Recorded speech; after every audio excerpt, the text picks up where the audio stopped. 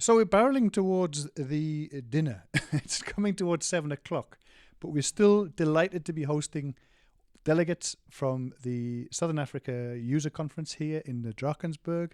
Absolutely delighted to welcome from the Office of the Premier in Gauteng Province. We have here today Celiwe Kgowedi. Celiwe, thank you so much for spending time with us this evening. Tell us a bit about what you and the department there, the Premier's office, is driving in terms of a data initiative and how it ties into what's happening here in the Drakensberg these last couple of days. Okay. The Office of the Premier is responsible for running of the province, of course.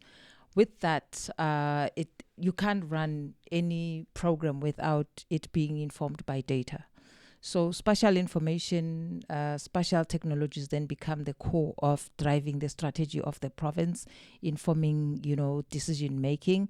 So to that effect, then we have developed a central hub, geospatial information hub for the province, where all departments within Gauteng government collaborate within that.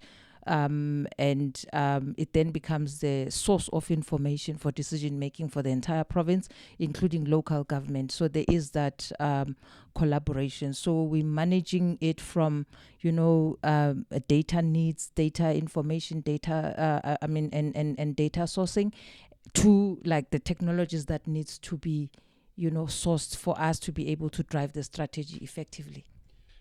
That would imply you're working with all of the departments within Gauteng province, and are you working with the municipalities as well? That's correct. We're working with municipalities because the point there is that the land space is one, and everything that happens in space. Therefore, it then becomes important that the programs of local government are also part of the plans of the rest of government together with the rest of the departments. So we are working in one. I think if you were to think back, we've got a program that was pronounced by the president, which is the district development model, meaning that each district must have a one plan. That one plan means that you need to have information that or the plans from local government.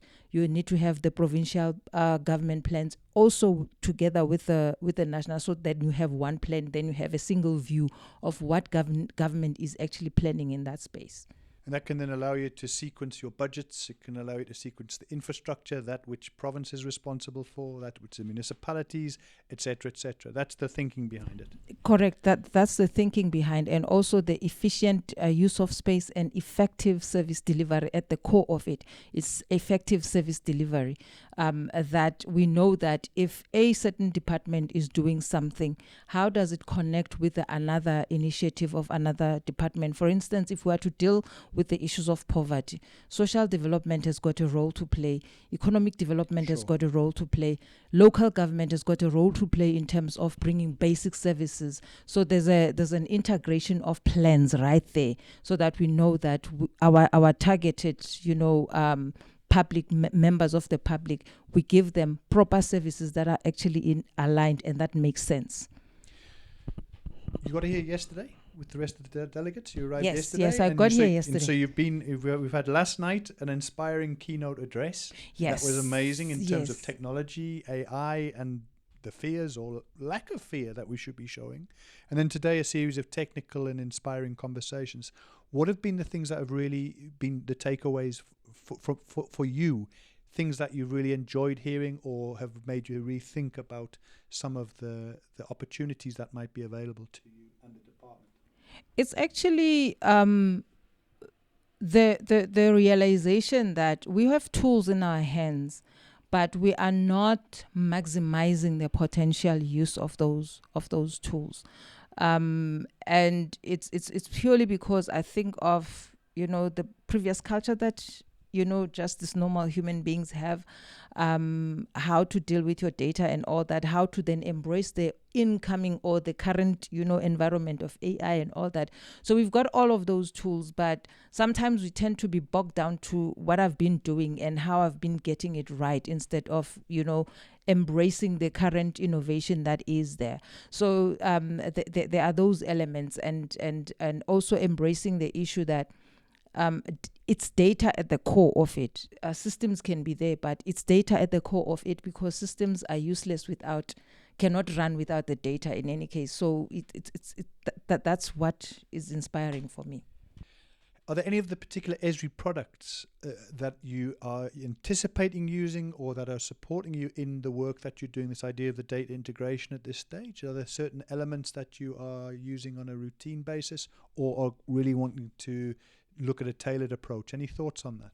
Yeah, we're actually using quite a lot of them. For instance, we've got if you were to check our Gauteng geoportal, we've got a suite of, I think, applications that we are using, and I would say and gloat and say, I think we are the ones who are using many different applications more than anyone else in terms of the Esri suite of applications that are there. We've got so many dashboards that we have developed, and not just for the fun of it, but because those dashboards are useful to our executives and all that. So it's quite a lot of them. But I think the area that I think we need to embrace, coming now from the previous talks, the digital twinning. I think that's the element that we need to embrace as government. And it's not out there yet, but it's very important in terms of us managing our infrastructure, us managing our assets in a very effective way. I use the word optimized Yes. in an optimized way, right? Yes. So that element, I think it's the element that we need to elevate, because we've got a lot of assets that we are managing as government. But sometimes we're not maintaining them the way they're supposed to be. It's purely because there is nothing that informs us in terms of what is the status quo and all that. So if we can embrace the digital twinning element of it, and your sensor GIS and everything like that, I think we can manage our assets way better. Potential game changer. If we think, correct me if I'm wrong, the Gauteng City Region Observatory has been a thing now, I think, for maybe 15 years or more. It feels like a decade and more. How is the GCRO working with you in terms of supporting, or other academic institutions that you might be twinning with, in regards to your partnerships that are going to be important on this endeavor? Yeah. So GCRO is the research wing of Gauteng government. So they are conducting research, and they're kind of like a barometer in terms of how are we doing as government in terms of service delivery. They've got the quality of life survey product that they do, I think, on 3-year, 5-year basis. So that gives us the temperature in terms of how is actually government faring in terms of delivering services. But there are also other products that they are developing from their side, from the research point of view. And that partnership has been going on very well, because our strategies are actually informed by what comes from GCRO many times. And also there is a research unit within the Office of the Premier that is now coordinating, with the institutions of higher institutions of learning. So there are those partnerships that are being developed in terms of now formulating the research agenda of the province. So we have that unit there that works, with that. Well, all the very best to you and your team. I hope it's a big success. Clearly, things like the district model, one plan, and the longer term plans for the province remain fundamental if we're going to see the magnitude of change that's needed in public investment, given what is the population now estimated there in Gauteng? 15 million? 12, 15? Well, the last time I checked, it was 17, but now, 17? it was 17 million. Yeah. So it's going to need a change in the approach. Exactly. And I think one of the most important things that people don't talk about is spatial transformation, which is key. If spatial transformation is not managed well, is what will throw everybody else into chaos. Chaos in the sense that if people are located in areas that are far from, their areas of employment, far from public transport and all that, it kind of brings chaos in terms of how people move, how people access economic opportunities and all that. So part of what GIS is doing is to actually manage and drive that spatial transformation to ensure that people are actually connected well. The very best with that, those goals and objectives, the transformation agendas, which are so fundamental to our work. Have a lovely rest of your evening. Have a great day tomorrow. And most importantly, drive safely back to Jozi and Gauteng on Friday. But in the meantime, thank you so much for your time today.